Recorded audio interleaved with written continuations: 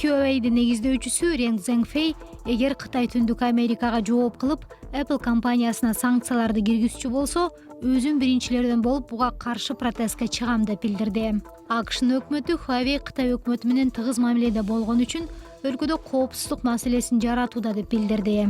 Компания муну четке какты.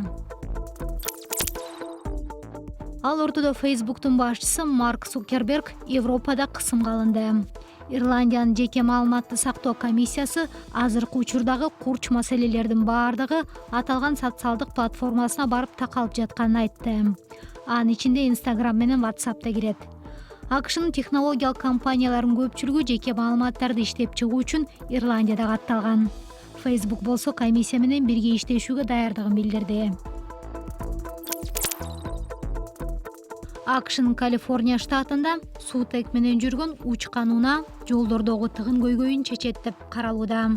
Sky деп аталган бул учак моделинин Лос-Анджелесте BMW компаниясынын көргөзмөсүндө бет ачары өттү. Бул учак асманга учурулуп көргөн эмес. Бул дүйнөдөгү эң биринчи Данкурай Жамалина деп таанылган мөмөттерген робот Британ айыл чарбасында колдонула баштады.